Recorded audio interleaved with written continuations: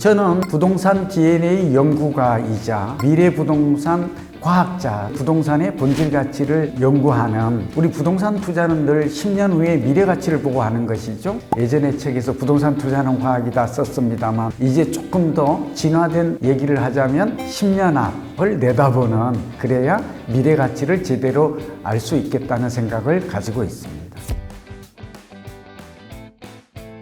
이제 나이가 들어서 그러니까 저희 친구들은 다 은퇴를 했습니다. 그러니까 이제 꿈이 뭘까요? 관심사가 노후 준비겠죠. 그 노후 준비는 뭐예요? 이 네 가지죠. 돈과 건강과 이제 가족 화목, 여기 하나 더 보태면 저는 좀 사회 봉사를 생각합니다. 저 주변에 보니까 중산층이 결국 노후에 준비를 못해서 굉장히 어려워요. 우리나라는 특히 노년층이, 빈곤층이 40%에 이르거든요. 일본보다 심각해요. 그러니까 예를 들면 노후에 필요한 자금은 한 300만 원 월 필요한데 실제 준비된 돈은 103만 원에 불과해요. 굉장히 준비가 안 된 거죠. 그래서 이런 분들에게 노후 준비를 하게 해주는 것, 국민연금, 주택연금, 농지연금, 이 세 가지를 기준으로 해서 적어도 월 300 정도는 내가 더 이상 노력하지 않아도 따박따박 나의 통장에 돈이 꽂히는 공적연금 3종 세트로 노후 준비를 하자. 모든 국민, 전 국민 잘 살기 운동, 꼭 부자가 아니어도 행복한 노후 준비 운동을 펼치려고 하는 게 과제이고 또 행동해야 될 실행 플랜이다. 또 한 가지는 부동산이 차지하는 비중이 너무 높잖아요. 그래서 이제 이 부동산을 나쁜 부동산에서 좋은 부동산으로 갈아타기, 부동산을 가지고 있는 이런 사람들도 자산을 교체하고 갈아타기를 통해서 물질적으로 이득도 되고 탄탄한 노후를 또 결국 준비하고, 젊은이들에 대해서는 내 집 마련하는 가장 효과적인 방법, 이런 것도 도울 작정입니다. 본래 저는 부동산에 관심이 있었던 건 아니고, 저는 경남 하동 화계장터 출신이고요. 진주고등학교를 나왔고 부산대 법대를 졸업했어요. 그러니까 법대를 졸업했다는 것은 결국 돈보다는 좀 공공의 관심이 공익적인데 많았다. 제가 삼성물산에 들어가서 인사 담당을 했고, LG에 잠깐 있었어요. 거기서도 인사교육 자금을 했고, 그 다음에 한국통신 KT죠. 여기서 좀 오랫동안 있으면서 인사부장까지 하고 은퇴를 했습니다. 무슨 얘기일까요? 저는 원래 사람에 관심이 많아요. 그래서 심리학, 철학, 역사학, 이게 관심이 많았는데 IMF가 와가지고 부장 때 할 수 없이 구조조정 업무를 제가 직접 했어요. 그러니까 이제 직원들을 많이 잘랐다는 얘기죠. 그러고 나서 저도 이제 할 수 없이 손에 피를 묻히면 나가야 된다는 또 그런 회사 방침 나와서 갈 곳이 없어서 부동산을 하게 됐고, 그래서 우연히 건국대 부동산대학원, 그때는 행정대학원인데 이걸 가게 된 게 저희 인생에 대반전이 있었던 거예요. EBS에서 공인중개사 강의를 하게 됐는데 그게 인기를 끌었어요. 그런데다가 여기에 소위 글도 좀 쓰는 걸 좋아했거든요. 조선이나 매일경제나 중앙일보 이런데 칼럼을 썼더니 그게 또 대박이 난 거예요. 그 당시 어느 날 갑자기 자고 났더니 유명해진 좀 그런 케이스였어요. 드리고 싶은 말씀은 부동산 공부를 한 거는 결론적으로 잘했다. 여러분들이 하시는 일도 앞으로는 융합적인, 통합적인 사고가 새로운 혁신의 방안이 아닐까 생각됩니다. 저는 예측에 자신이 있습니다. 그 얘기는 경제학의 도움을 받기 때문입니다. 무슨 얘기일까요?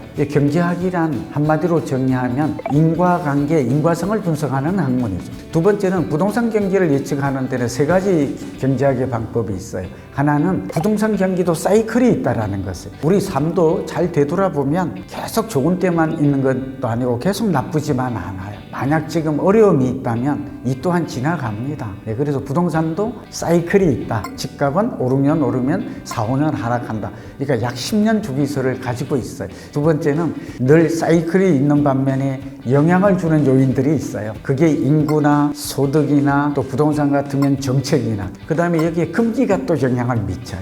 그리고 심리가 중요해요. 그리고 부동산은 특히 해외 부동산 동향도 중요해. 그리고 여기 환율이라든지 이런 것들이 종합적으로 영향을 미친다. 그 다음에 또 하나가 거품이에요. 부동산도 과도하게 오르면, 주식도 과도하게 오르면 반드시 거품이 쌓여요. 거품의 특징이 뭐죠? 거품은 축적되면 쌓이면 빠져요. 우리가 2021년 10월에 집값이 고점을 찍고 그 이후에 1월까지 급락하거든요. 집값이 급락했다 이렇게 표현할 수도 있고, 버블론에 따르면 거품이 빠졌다. 이 세 가지를 종합하면 부동산 경기는 예측 가능하고, 한 가지 마지막 팁을 드리면 지금 부동산 경기는 이렇게 내년 상반기까지 갑니다. 사이클에 따르면 2025년경부터 올 것이다라고 예측한 근거가 됩니다.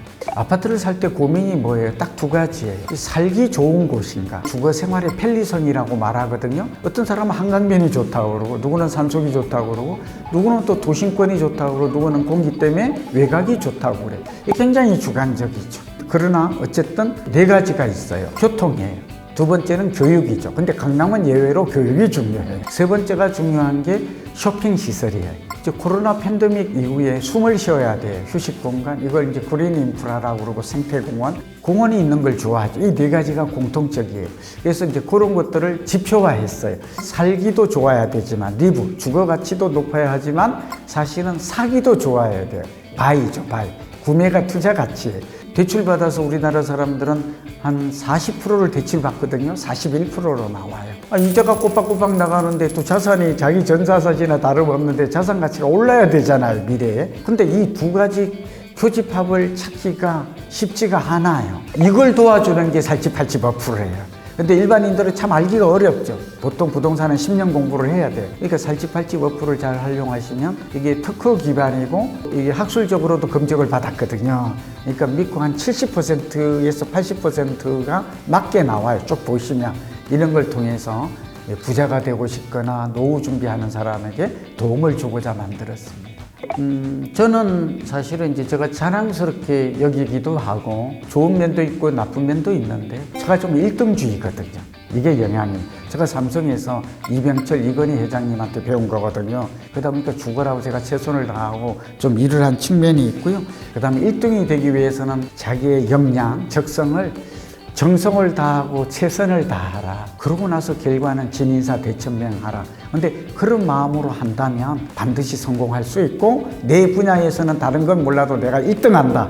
이런 마음을 가지면 여러분은 반드시 성공할 수 있는 성공 공식, 성공 법칙이 될 거라고 확신합니다. 저는 이제 부동산 전문가니까 부동산도 다 달라요. 아파트가 있고, 주상복합이 있고, 또 오피스텔도 있고, 빌라 단독도 있죠. 메인 시장이 가장 먼저 오르고 가장 길게 오르고 많이 올라요. 이게 시장 작동의 원리, 시장 법칙을 이해하는 게 가장 공부를 좀 해야 돼요. 아파트를 투자할 때는 1, 2년 앞을 내다두지 마세요. 이것 때문에 실수해요. 지금 오른다고 따라가면 안 된다니까. 이게 몇 년 올랐는가, 또 10년 사이클도 있자고 그러죠. 그러면 한 5, 6년 올랐네. 그러면 이제 계속 갑니다. 누가 그렇게 말하더라도 그게 현혹되지 말아요.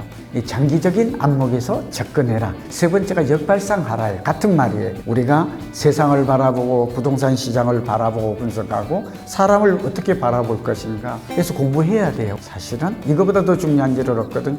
올해는 서울은 관망하라. 수도권 일부는 사도 된다. 덜 오른 것은. 올해까지는 불확실성이 많아요. 제가 볼 때는 이제 금리 내리고 우크라이나 전쟁 끝나고 그런 때 해도 늦지 않다. 제가 지금 할 수 있는 말은 이런 말이 가장 최선으로 보입니다. 시기 선택, 지역 선택, 상품 선택을 잘하라. 포기하지 마시고 10년, 20년 후를 생각하면 나의 자산도 지키고 주거 안정도, 또 주거 수준의 질적 개선도 누릴 수 있다라는 말씀을 드립니다. 네, 여러분 오늘 경청해 주셔서 감사하고 또 더 좋은 기회에 찾아뵙겠습니다. 건강하시고 행복하십시오.